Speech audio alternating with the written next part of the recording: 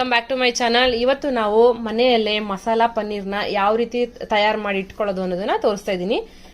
ನಾನೀಗ ಇಲ್ಲಿ Amul milk India ಇಂದ ಬಂದಿದೆ. ಇದರಲ್ಲಿ ನಮ್ಗೆ 6% ಎಕ್ಸ್ಟ್ರಾ ಫ್ಯಾಟ್ ಇರುತ್ತೆ. ಇದು ಹೋಲ್ ಮಿಲ್ಕ್ ಅಂದ್ರೆ ಇದರಲ್ಲಿ ನೀರಿನ ಅಂಶ ಇರಲ್ಲ, ಅಂದ್ರೆ ನೀರ್ನ ಮಿಕ್ಸ್ ಮಾಡಿರಲ್ಲ. ಸೊ ಈ ಹೋಲ್ ಮಿಲ್ಕ್ ಅಲ್ಲಿ ನಾರ್ಮಲ್ ಆಗಿ ನಮ್ಗೆ ಫ್ಯಾಟ್ ಬಂದು 4.5% ಇರುತ್ತೆ. ಇದಕ್ಕೆ ಎಕ್ಸ್ಟ್ರಾ 1.5% ಹಾಕಿ ಟೋಟಲ್ 6% ಫ್ಯಾಟ್ ಮಾಡಿ ಕೊಟ್ಟಿರ್ತಾರೆ. ಇದಕ್ಕೆ ಗಟ್ಟಿ ಅಂದ್ರೆ ತುಂಬಾ ಗಟ್ಟಿ ಇರುತ್ತೆ. ಸೊ ಇದನ್ನ ಉಪಯೋಗಿಸ್ಕೊಂಡು ನಾನೀಗ ಮನೆಯಲ್ಲೇನೆ ಮಸಾಲಾ ಪನ್ನೀರ್ನ ರೆಡಿ ಮಾಡ್ಕೊಳ್ತಾ ಇದ್ದೀನಿ. ತುಂಬಾ ಜನಕ್ಕೆ ಗೊತ್ತಿಲ್ಲ ಮನೆಯಲ್ಲೇ ಪನ್ನೀರ್ ಮಾಡೋದು ಹೇಗೆ ಅಂತ. ಸೊ ಅದಕ್ಕೆ ನಾನು ಕಂಪ್ಲೀಟ್ ಪ್ರೊಸೀಜರ್ನ ನಿಮ್ಗೆ ತೋರಿಸ್ತೀನಿ. ಪನ್ನೀರ್ ತುಂಬಾ ಜನಕ್ಕೆ ಇಷ್ಟ ಆಗುತ್ತೆ.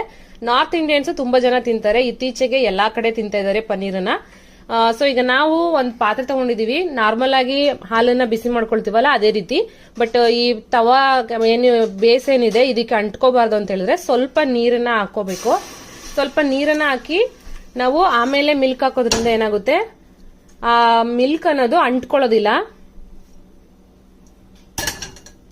ತುಂಬಾ ಜನಕ್ಕೆ ಸೀದೋದಾಗ ಅನ್ಸುತ್ತಲ್ವಾ, ಅದು ಸೀದೋದಾಗ ಆಗಲ್ಲ. ಇದು ಈಗ 1 ಗ್ಯಾಲನ್ ಅಂದ್ರೆ ನಾರ್ಮಲ್ ಆಗಿ ಇಂಡಿಯಾ ಲೀಟರ್ಸ್ ಅಲ್ಲಿ ಹೇಳ್ಬೇಕು ಅಂತ ಹೇಳಿದ್ರೆ ಇಂಡಿಯಾ ಲೀಟರ್ಸ್ ಅಲ್ಲಿ ನಮ್ಗೆ 3 ಲೀಟರ್ 700 ml ಅಷ್ಟು ಇರುತ್ತೆ.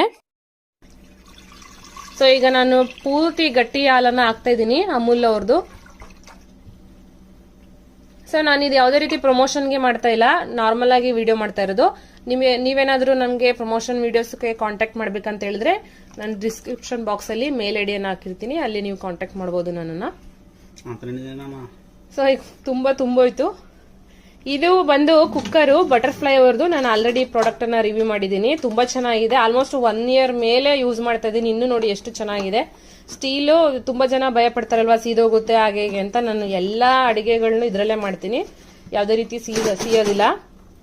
ಈಗ 3.25 ಲೀಟರ್ ಅಷ್ಟು ಆಗಿದೆ ಇಲ್ಲಿಗೆ. ಸೊ ಈಗ ಇದನ್ನ ಬಿಸಿ ಮಾಡೋಣ. ಬಿಸಿ ಮಾಡಕ್ಕೆ ಒಂದು ಅರ್ಧ ಗಂಟೆ ಮೇಲೆ ಹಿಡಿಯುತ್ತೆ. ನಿಧಾನವಾಗಿ ಸಣ್ಣ ಉರಿಯಲ್ಲೇನೆ ಬಿಸಿ ಮಾಡ್ಕೊಳ್ಳಿ. ನಾರ್ಮಲ್ ಆಗಿ ಈಗ ಮೊಸರು ಹೇಗೆ ಎಪ್ಪಾಕೋದಿಕ್ಕೆ ನಾವು ಮೊಸರನ್ನ ಹೇಗೆ ಎಪ್ಪಾಕೋದಿಕ್ಕೆ ಹಾಲನ್ನ ಬಿಸಿ ಮಾಡ್ತೀವೋ ಅದೇ ರೀತಿ ನಾವೀಗ ಈ ಹಾಲನ್ನ ಬಿಸಿ ಮಾಡ್ಕೊಳ್ತಾ ಇದೀವಿ. ಹಾಲು ಬಿಸಿ ಆಗ್ತಿರ್ಬೇಕಾದ್ರೆ ನಾವು ಒಂದು ಮಸಾಲೆನ ರೆಡಿ ಮಾಡ್ಕೊಳ್ಳೋಣ. ಒಂದು 1/4 ಚಮಚದಷ್ಟು ಸೋಂಪು, 1/4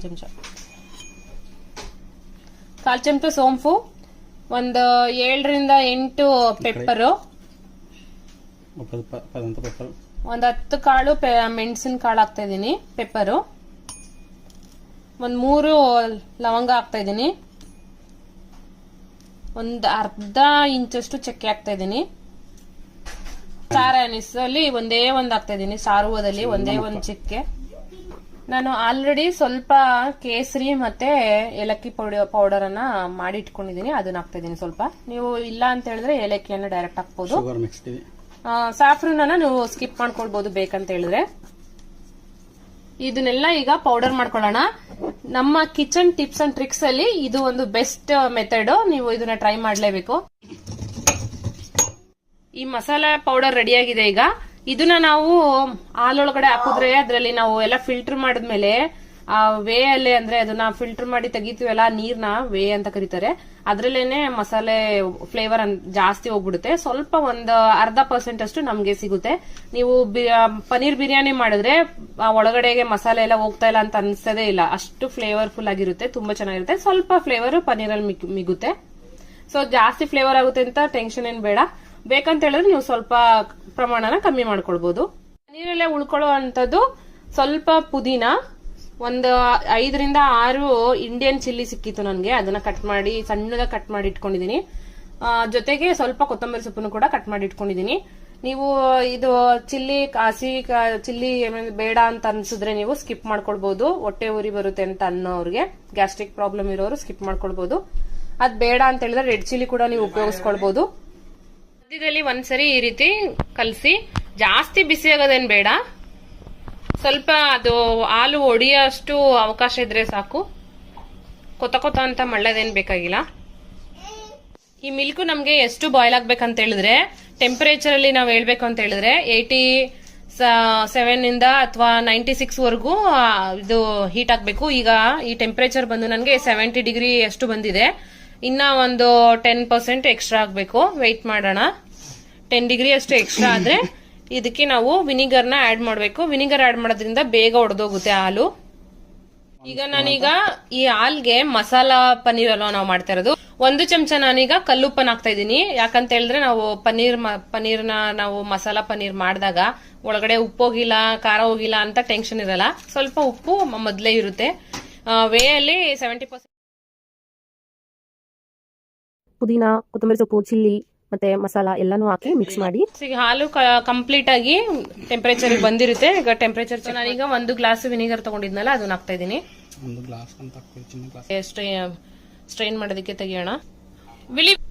ಸೊ ಈಗ ಇದು ಹೊಡೆದು ನೋಡಿ ಎಲ್ಲ ಸಪರೇಟ್ ಆಗ್ಬಿಡ್ತಾ ಇದೆ ಫಾಸ್ಟ್ ಆಗಿ. ನಾವೀಗ ಇದನ್ನ ಬೇಗ ಸಪರೇಟ್ ಮಾಡ್ಬಿಡೋಣ.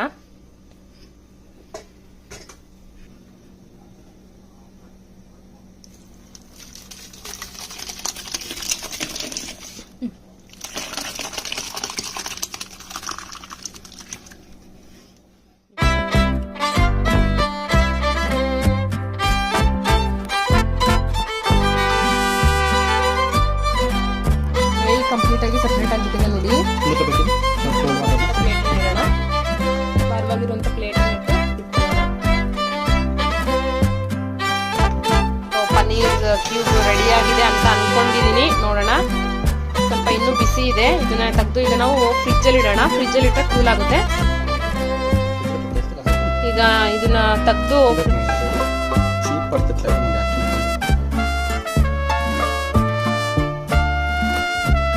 ಪನ್ನೀರ್ ರೆಡಿ ಆಗಿದೆ. ಈಗ ಇದನ್ನ ಕಟ್ ಮಾಡೋದಕ್ಕೂ ಮುಂಚೆ ಕೂಲ್ ಮಾಡೋಣ. ಒಂದು 10 ನಿಮಿಷದಿಂದ 20 ನಿಮಿಷದವರೆಗೂ ನಾವು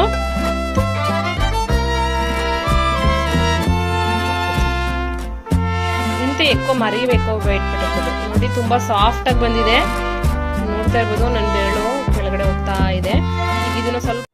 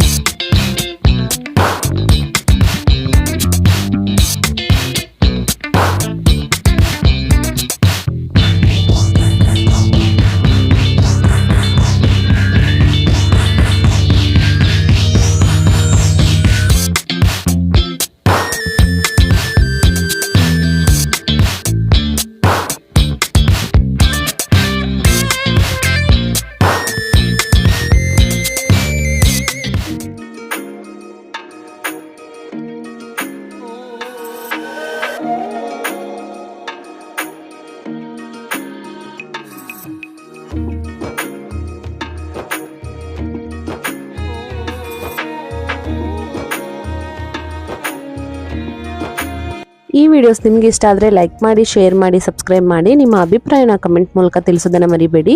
ತಪ್ಪದೇ ಲೈಕ್ ಮಾಡಿ. ಇದರಿಂದ ನಮ್ಮ ವಿಡಿಯೋಸ್ ರೆಕಮೆಂಡೇಶನ್ಗೆ ಹೋಗುತ್ತೆ ಮತ್ತೆ ಹೆಚ್ಚು ಜನಕ್ಕೆ ರೀಚ್ ಆಗುತ್ತೆ. ನೀವೇನಾದರೂ ಲೈಕ್ ಮಾಡಿಲ್ಲ, ಕಮೆಂಟ್ ಮಾಡಿಲ್ಲ ಅಂತ ಹೇಳಿದ್ರೆ ನಾನು ಎಷ್ಟೇ ವಿಡಿಯೋ ಮಾಡಿದ್ರೂ ವರ್ಕ್ ಆಗಲ್ಲ.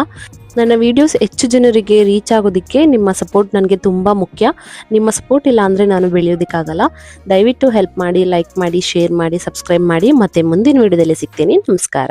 ನಿಮ್ಮ ಅಭಿಪ್ರಾಯನ ಕಮೆಂಟ್ ಮೂಲಕ ತಿಳಿಸೋದನ್ನ ಮಾತ್ರ ಮರಿಬೇಡಿ. ಎಲ್ಲರೂ ನಗ್ನಗ್ತಾ ಖುಷಿಯಾಗಿರಿ. ಮತ್ತೆ ಮುಂದಿನ ವಿಡಿಯೋದಲ್ಲಿ ಭೇಟಿ ಮಾಡ್ತೀನಿ ನಿಮ್ಮನ್ನ. ಅಲ್ಲಿವರೆಗೂ ಟೇಕ್ ಕೇರ್. ಬಾಯ್ ಬಾಯ್.